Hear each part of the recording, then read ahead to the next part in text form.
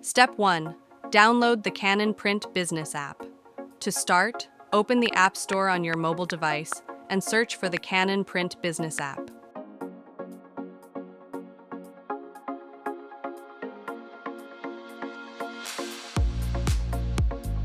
Once you find it, download and install the app.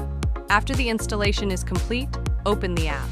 When prompted, allow permissions like notifications and Bluetooth to ensure it works correctly with the printer.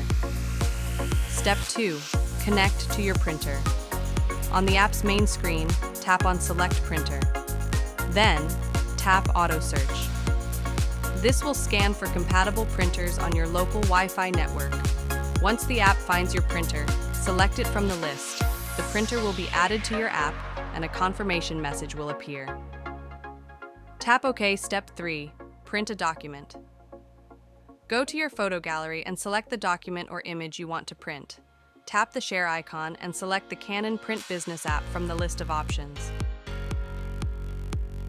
You may need to scroll to the right and tap More to find it. Once the document opens in the app, you can adjust the print settings. The video shows options for output method, output size, and copies. After confirming your settings, tap the print icon to send the job to the printer. And that's it.